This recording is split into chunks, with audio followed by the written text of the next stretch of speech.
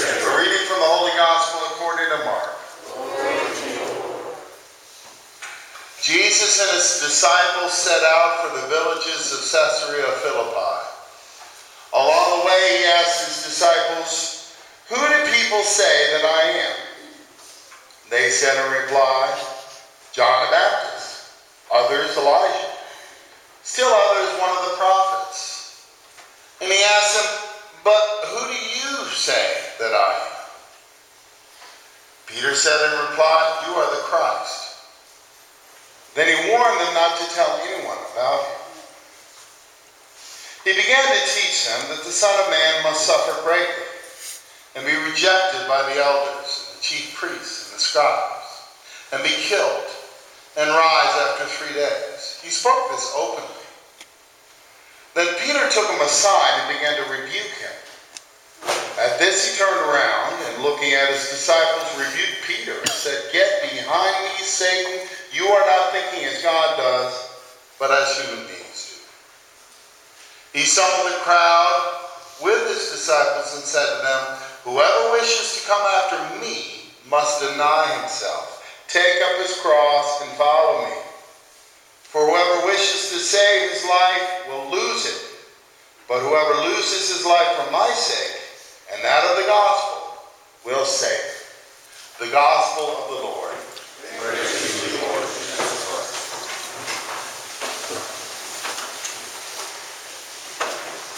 Well, tonight we are considering the confession of Peter. I'm sure this is a gospel that many of us have heard many times. Peter is illuminated to the question that Jesus asks when he says, "Who do people say that I am?" It's interesting that the first three answers that they give them are really based in historical facts. The idea of, well, some say that you're John the Baptist. There was a feeling that John the Baptist's spirit had been raised. He was a mighty prophet. We know that Herod, to the end of his days, was haunted by that silly decision to have him beheaded because of Herodias' daughter's dance, and wandered the halls of the palace thinking that he was being tormented by the ghost of John the Baptist. And when he heard stories of Jesus, he assumed that that's who it was. So that seems to make sense. Some people said that he was Elijah. That, of course, also makes sense because in the prophets, it said that Elijah, the spirit of Elijah, would come back before the Christ. Remember, there was an expected waiting for the Messiah during these days to deliver them from the Roman occupation. Jesus seemed to have gotten everybody's attention, so they thought, well, maybe he's the one. Maybe he's the spirit of Elijah raised from the dead. And then others would say, well, he's one of the prophets, such as Moses. All of these make a lot of sense. But then he turns to Peter and says, "But who do you say that I am?" Which I have to say is the ultimate question that we should all ask ourselves. Who do we say that he is? Jesus is Peter is illuminated and says, "Well, you are the Christ." Now, our gospel tonight, I believe, is Mark, because we're in the year of Mark. Remember now, Mark is bare bones. Mark is just the facts, man, just the facts, right? He doesn't elaborate a lot. But this gospel is repeated in Matthew and Luke as well. And they go on to say, "You are the Son of the living God, the Messiah." And Jesus does not deny this. And so Peter says, in the other accounts, he says, "You are a rock, and upon this rock I will build my church." It was a very good day for Peter, until Jesus started explaining what the implications of a Messiah are. Understand now, there was this great expectation of a Messiah, but their expectations were a warrior king. Somebody that was going to rise up and drive the Romans into the sea and liberate Israel to the days of old and restore the temple, throw those posers out and and restore the Levitical priesthood as it is, because at this time it was all just appointed by the Romans. But that's not what Jesus came for. Again, the expectations of the people did not line up with the reality of the situation. Peter takes him aside and rebukes him. That's a word we don't hear too much in English. Rebuke, if you look into the original Greek and Aramaic, rebuke is a very, very strong word. And it suggests that berating, using colorful language. It's addressing down. I remember when my bishop came, one of the only times he's ever heard me preach, in fact, it was the first time, it was this gospel that I was preaching. And I said, that would be like me turning to my boss and saying, hey buddy, it ain't going to go that way. And he got a big kick out of that. But it is true, Peter turning to his master and dressing him down wasn't a pretty amazing thing. Very bold. But I imagine he was moved out of compassion. He didn't want his friend to suffer and die, as he was describing. And then Jesus turns around and says, get behind me, Satan. Which, talk about going from champ to chump in just like 2 or 3 verses. I mean, he's on top of the world, and now all of a sudden he's a loser. Which is kind of how life is, really. We'll have a mountaintop experience one moment, and then the next moment we're saying, where did God go? But do you really think that he was calling, he thought that Peter, his deputy, was Satan? No.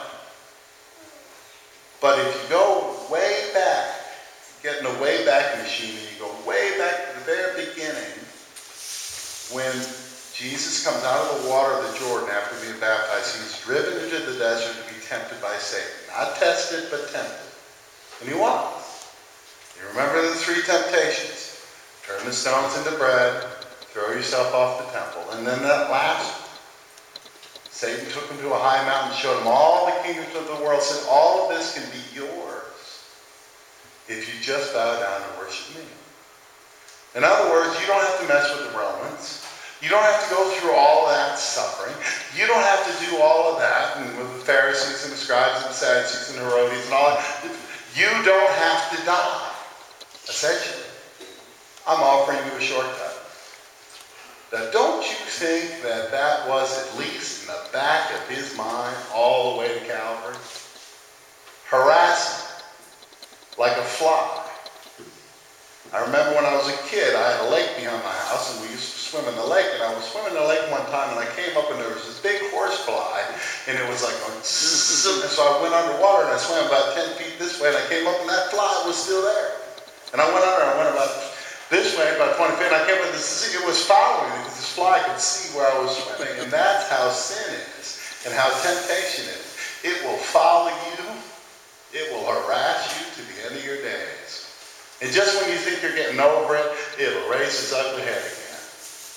Don't you think that this, you don't have to die, was in the back of his mind as he was looking down, seeing the end?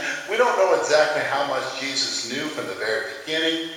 We don't know if this was just revealed to him as he went. It's a mystery.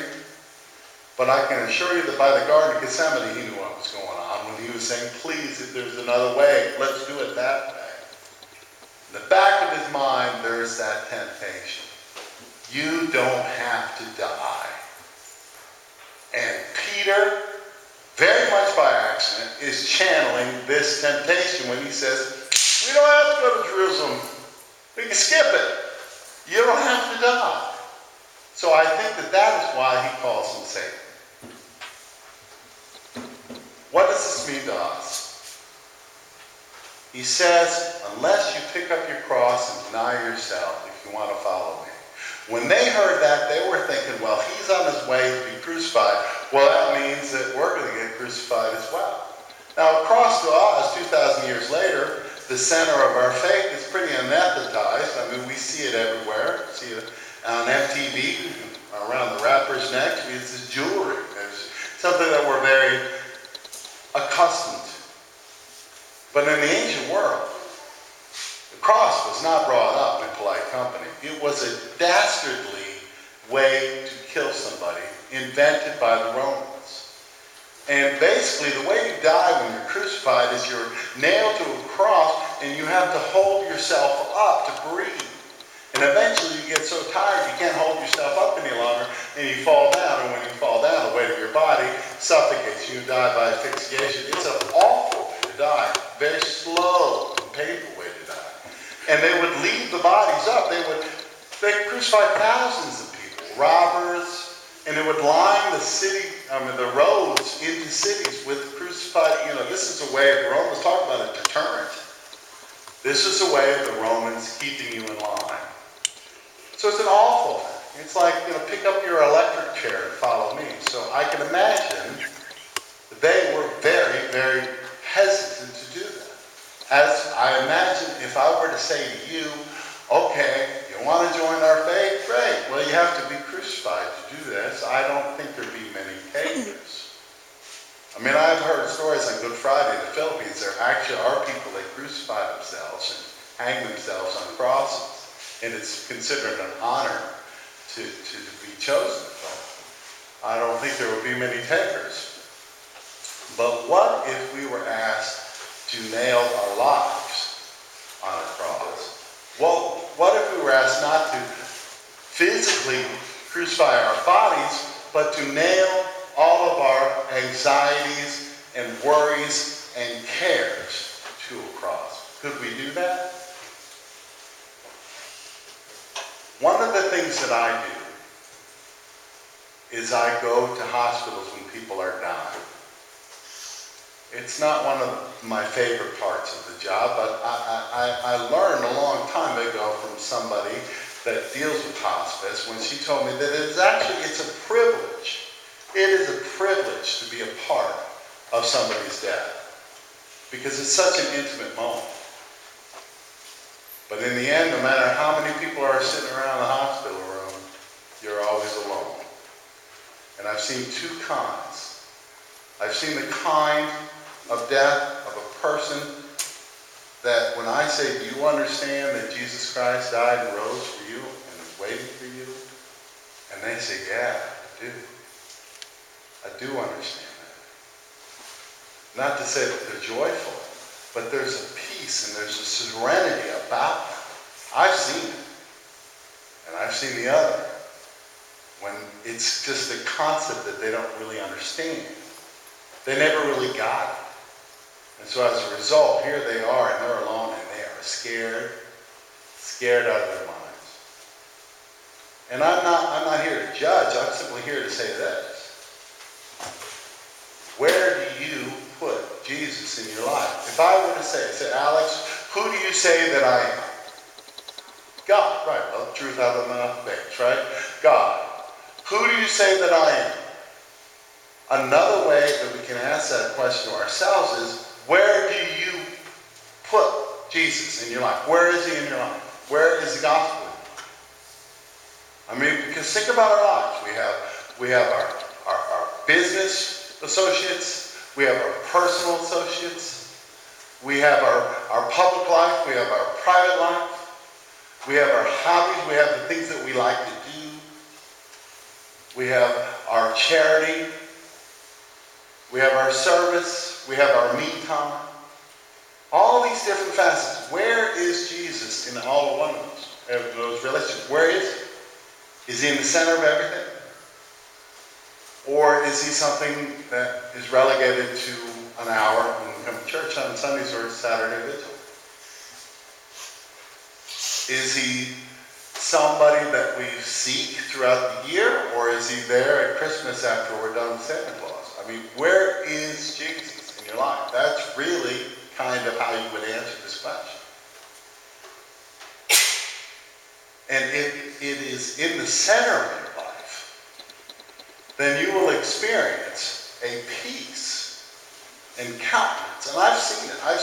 I've seen holy people, spiritual people, that no matter what's going on in their life and awful tragedies that come in life, there's a spirit of countenance and a spirit of serenity and this kind of, it's going to be all right. It's going to be all right. I'm going to get to the other side. Because I don't have a life to lose. Because I already gave it up a long time ago. All I have is a life to gain. So the question is this. Do you want that kind of peace? Do you want that kind of serenity? Because if you do, it's available for you. It's available for you today. Who do you say I am?